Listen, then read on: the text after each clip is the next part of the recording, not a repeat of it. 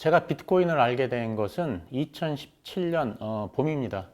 그 당시 언론 매체에 비트코인으로 결제를 하는 그런 나라들이 점점 많아지고 또 채굴을 하는 그 사람들이 많아진다는 얘기를 제가 보고 비트코인이 뭔가를 한번 알아봐야 되겠다는 생각을 했습니다. 2017년 그해 가을경부터 비트코인이 큰 상승을 보이자 소위 사회에 영향력 있는 사람이나 또는 언론 매체에서 비트코인은 네덜란드의 튤립 같은 거네 아니네 하면서 거품이 크게 껴 있으니까 이게 뭐 폭락을 한다든가 아니면 또 이 거품이 붕괴돼서 없어져 버릴 것이다. 네덜란드 튤립과 같이 없어질 것이다. 사실 이런 얘기들을 많이 했었습니다. 근데 만약 이런 사람들이 정말로 비트코인에 대해서 제대로 공부를 하고 알아보고서 이런 얘기를 했을까 저는 그런 생각을 했습니다. 왜냐하면 비트코인에 대해서 제대로 공부를 해보고 알아본 사람이라면 네덜란드 튤립과 비교하는 사실 그러한 말은 하지 않았을 것이라고 생각을 했기 때문입니다. 우리가 사용하는 인터넷 브라우저에는 파이어폭스, 크롬, 익스플로러, 사파리가 있습니다. 그런데 조사를 해본 결과 파이어폭스나 크롬을 사용하는 사람들이 익스플로러나 사파리를 사용하는 사람들보다 업무 성과가 더 좋았고 더 성실했고 어떤 회사에서 더 오랫동안 붙어 있었고 승진도 더 빨랐습니다.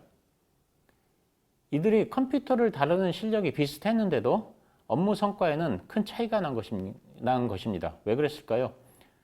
마이크로소프트를 사용하는 경우는 익스플로러가 디폴트로 깔려 있고 애플을 사용하는 경우는 사파리가 디폴트로 깔려 있습니다.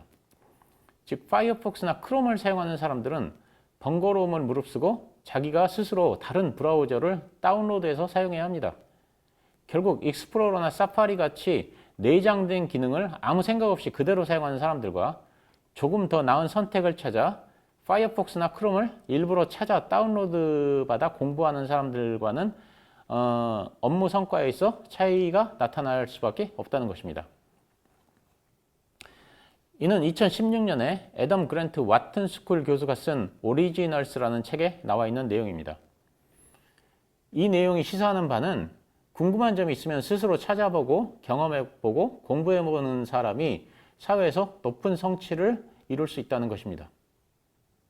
이제는 세상 돌아가는 일에 조금만 관심을 가지고 있는 사람들은 모두 다 비트코인에 대해 들어봤을 것입니다. 최근에 엘살바도르가 비트코인을 정식 화폐로 인정을 했고 아르헨티나, 케냐 등 많은 남미와 아프리카 국가들이 비트코인을 자국 통화로 인정할 것인지를 검토 중입니다. 그리고 투자의 대가라고 할 수 있는 레오 달리오, 조지 소로스, 로버트 키요사키, 신채권왕이라는 제프리 건드락, 넥슨의 김정주 회장 등이 모두 인플레이션의 해지 수단으로 비트코인을 구매하고 있습니다.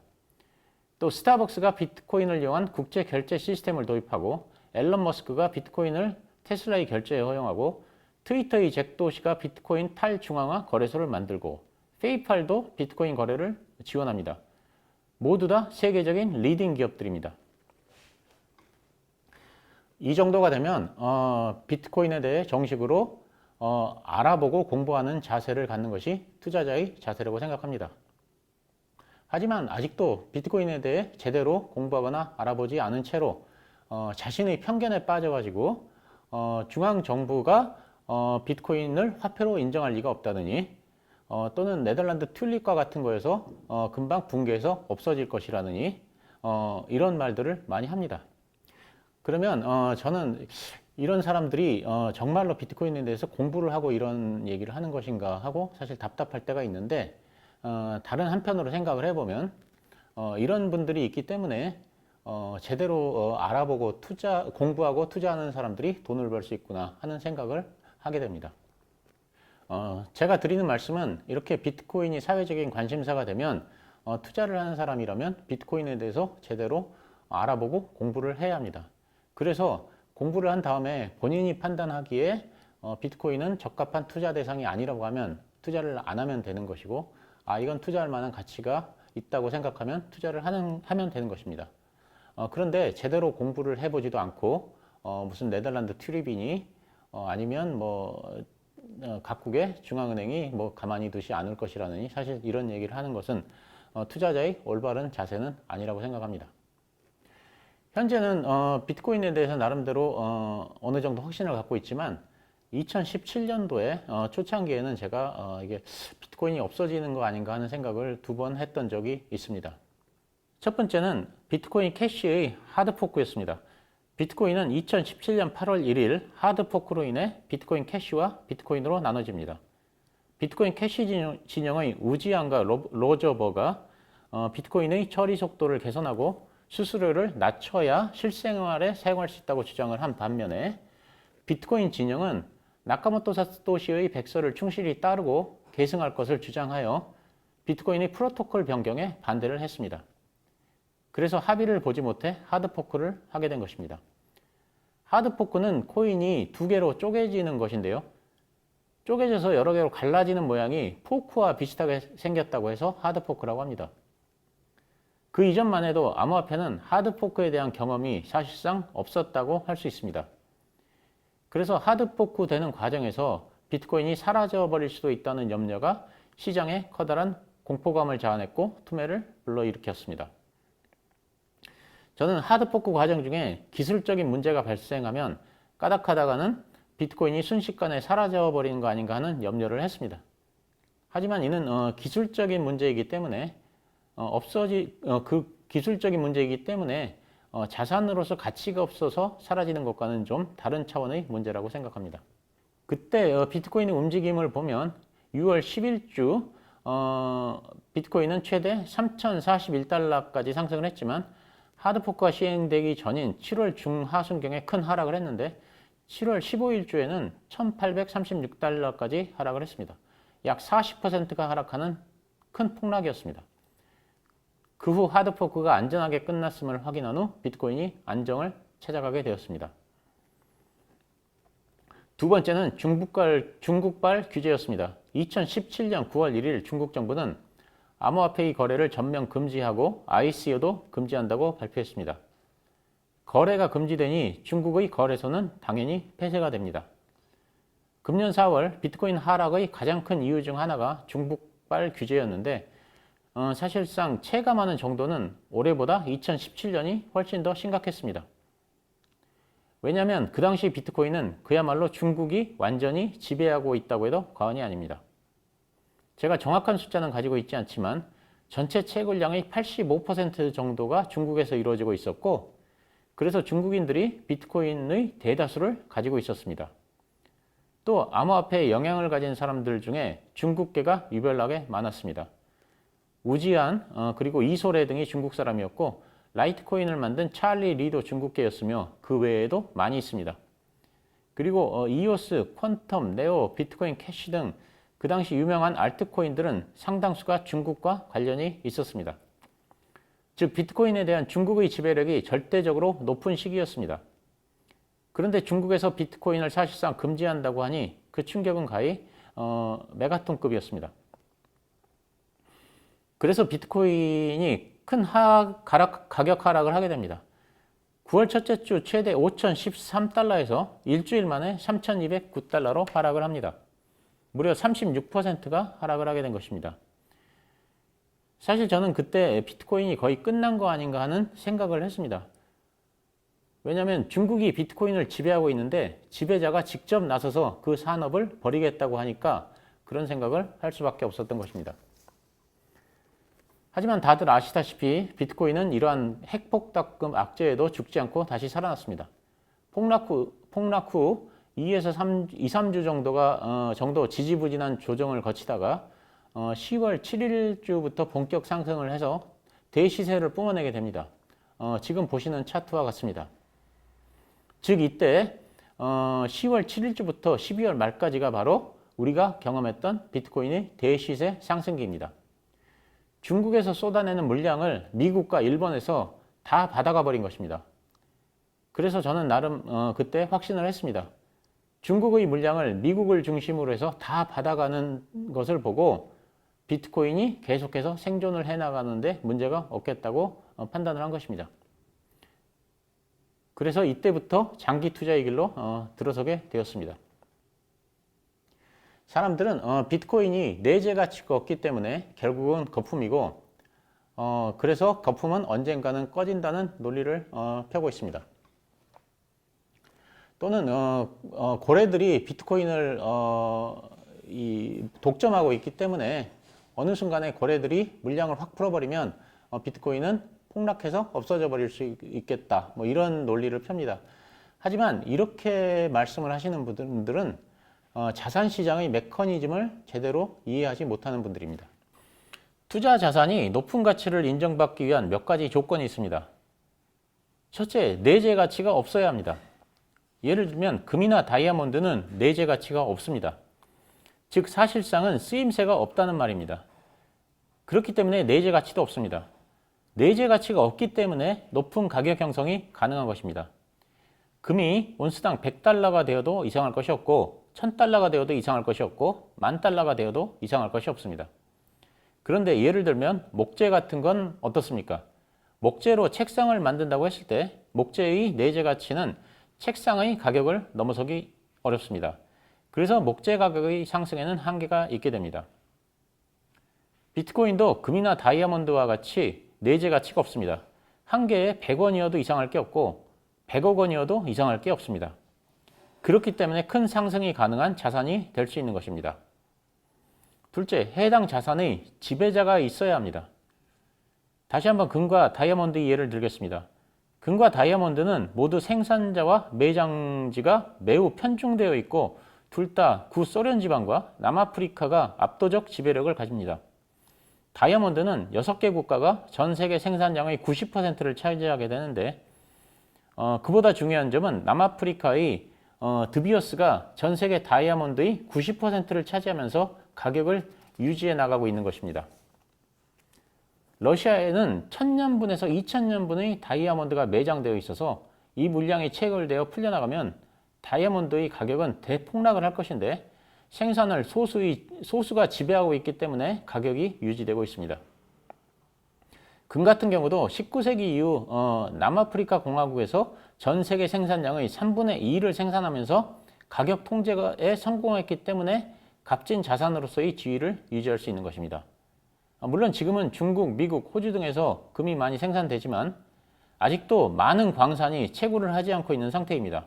만약 지금 모든 금광을 다 개발해서 최대로 생산을 한다면 금도 희소성이 없어지고 가격은 폭락할 것입니다. 비트코인도 한정된 수의 고래들이 비트코인의 대다수를 소유하고 있기 때문에 자산으로서의 가치를 잘 유지해갈 가능성이 있는 것입니다. 결론적으로 비트코인은 내재 가치가 없다는 점, 그리고 한정된 몇몇이 비트코인을 지배하고 있다는 점 때문에 값진 자산이 될 수 있다는 점을 말씀드립니다. 작년 말부터 비트코인이 상승한 이유는 양적 완화와 코로나19에 의한 비정상적인 통제가 원인입니다. 불과 7월 초만 해도 백신에 의한 이 코로나19의 극복이 어느 정도 예견되어서 조만간 정상적인 상태로의 복귀가 예상이 되었습니다. 하지만 이 시점에서 델타 변이가 다시 퍼지기 시작합니다. 알파 변이와 같은 기존의 변이와 달리 델타 변이는 그 파급력이 상당했습니다. 잠깐 저희 그 포트에 대해서 말씀을 드리자면 저는 하이트 진로 주식을 가지고 있는데 백신 접종에 의해 사회가 정상화되면 하이트 진로의 주가는 오르리라고 판단을 했고 실제로 상당히 오르고 있는 상태였습니다. 그런데 델타 변이가 확산되기 시작하면서 고민을 하지 않을 수 없었습니다. 델타 변이가 확산이 되면 사회는 다시 봉쇄가 될 것이고 그러면 하이트 진로의 주가는 떨어질 것은 분명했기에 이 상태에서는 사실 매도를 하는 게 정답입니다. 그런데 문제는 델타 변이가 그 당시에는 델타 변이가 많이 퍼질 것인지 아니면 금방 사그라들 것인지 판단을 하기가 어려운 상태였습니다. 제가 작년 초 코로나19가 막 퍼지기 시작할 때와 같은 고민입니다. 그 당시 코로나19가 퍼져가면은 주가가 전반적으로 떨어질 게 확실한데 과연 이 중국에서 어느 정도 통제가 이루어져서 5년 전에 메르스와 같이 주식시장에 큰 어떤 그 충격을 주지 않을지, 아니면 코로나19가 급속도로 퍼져나가서 주식시장에 큰 충격을 주게 될지는 사실 판단하기 어려웠습니다. 그래서 저는 해칭 전략을 취하기로 하였습니다. 델타 변이가 퍼지면 비트코인은 올라가게 되어 있습니다. 이는 제가 다른 영상에서 여러 번 말씀드렸으므로 그 이유는 생략을 하기로 하겠습니다. 즉 델타 변이가 퍼져나가면 하이트질로의 주가는 떨어지지만 반대로 비트코인은 크게 상승을 하게 됩니다. 근데 만약에 델타 변이가 다른 알파 변이와 마찬가지로 크게 퍼져나가지 않으면 하이트질로는 약간 하락을 하다가 다시 상승을 하게 될 것이고, 비트코인은 그동안 많이 하락을 했기 때문에 횡보를 할 것이라고 판단을 했습니다. 그래서 비트코인은 해칭 툴로서 아주 좋은 수단이었습니다. 제가 델타 변이 바이러스 때문에 동남아 국가들이 모두 셧다운된 상태에서는 인플레가 올 수밖에 없고, 그러면 인플레 해치 자산으로서의 비트코인을 적극 매수해야 한다는 그런 관점에서 봐야 한다는 영상을 올린 7월 23일 날 비트코인을 매수하는 해칭 전략을 선택했습니다. 그날 비트코인을 3,900만 8천원에 1,000만원 매수하여 포트에 넣었습니다. 이번에는 비트코인에 대한 저희 단기적인 전망입니다. 다른 많은 사람들이 예측하듯이 저는 올해 말이나 내년 초까지 비트코인은 상승을 할 것이라고 생각을 하는데, 그 이유는 인플레이션입니다. 제롬 파월 FRB 의장은 인플레이션이 일시적이라고 계속 강조를 하는데, 저는 이 말을 믿지 않습니다. 지금 델타 변이 때문에 동남아의 모든 국가들이 다 전부 셧다운을 했는데, 그래서 물건을 생산하지 못하는데 어떻게 인플레이션이 일어나지 않을 수가 있겠습니까? 베트남 같은 경우는 약 10일 정도 전 국가가 전부 완전 셧다운이 되었다고 합니다. 그래서 생필품을 사러 나갈 수도 없고, 생필품이 필요한 경우는 자원봉사자한테 어떻게든 연락을 해서 그 자원봉사자가 생필품을 배달해주는 방법으로 그런 방법으로밖에 살 수가 없다고 합니다. 그나마도 생필품 가격이 3배에서 5배 정도 뛰었고, 이 원재료를 구할 수가 없어가지고 물건도 생산하기 어려운 상태라고 합니다. 이제 곧 소비 시즌이 다가옵니다. 11월은 중군의 광군제이고, 그 다음에 11월 말은 미국의 블랙 프라이데이입니다. 이때 제품의 수요는 아주 크게 늘어날 것입니다. 하지만 제품을 만드는 동남아가 셧다운을 했으니 제품 공급이 원활하게 될 리가 없습니다. 가격은 당연히 오를 수밖에 없고, 인플레이션은 크게 나타날 수밖에 없는 그런 상황입니다. 둘째, 대시세가 분출하는 그런 상황에서는 모든 종목들이 다들 한 번씩 오르는 순환매를 거쳐야 그 시세가 완전히 끝이 납니다. 그런데 그 비트코인을 비롯한 암호화폐는 4월에 순환매가 미쳐 오기도 전에 너무 급격하게 상승이 끝났기 때문에 아직 저는 시세가 남아있다고 판단하고 있습니다. 지난 5월 암호화폐가 한참 하락을 거듭하던 때 저스틴 선이 트위터에 글을 남겼습니다. 아직은 하락할 단계가 아니고 6월 조정장을 거쳐 7월과 8월에 대상승을 할 것이라는 내용이었습니다. 그렇게 생각하는 여러 가지 이유를 들었는데, 그 중에 제가 가장 공감하는 것이 비트코인 등 일부 코인들은 크게 상승을 했지만 메이저 코인들은 상승폭이 크지 않았고, 대다수 메이저 코인들이 역대 신고가를 경신하지 못했다고 한 부분입니다. 즉 아직 버블이 생성되지 않았기 때문에 버블이 붕괴될 상황은 아니라는 것입니다. 그래서 제가 비트코인이 한참 하락을 하던 6월 1일 비트코인과 암호화폐가 다시 상승할까라는 영상에서 비트코인은 몇 주간의 조정을 받은 후 다시 상승할 것이라고 말씀을 드린 것입니다. 결국 연말이나 내년 초까지 비트코인은 상승을 하고 코로나19가 잠잠해져 정상적인 생활로 돌아오고 또는 금리가 인상이 된다거나 하면 비트코인의 조정은 저는 불가피하다고 생각합니다. 하지만 몇 년 후를 봤을 때는 저는 비트코인을 긍정적으로 생각하고 있는데 왜 그렇게 생각하는지에 대해서는 다른 영상에서 말씀을 드리겠습니다. 감사합니다.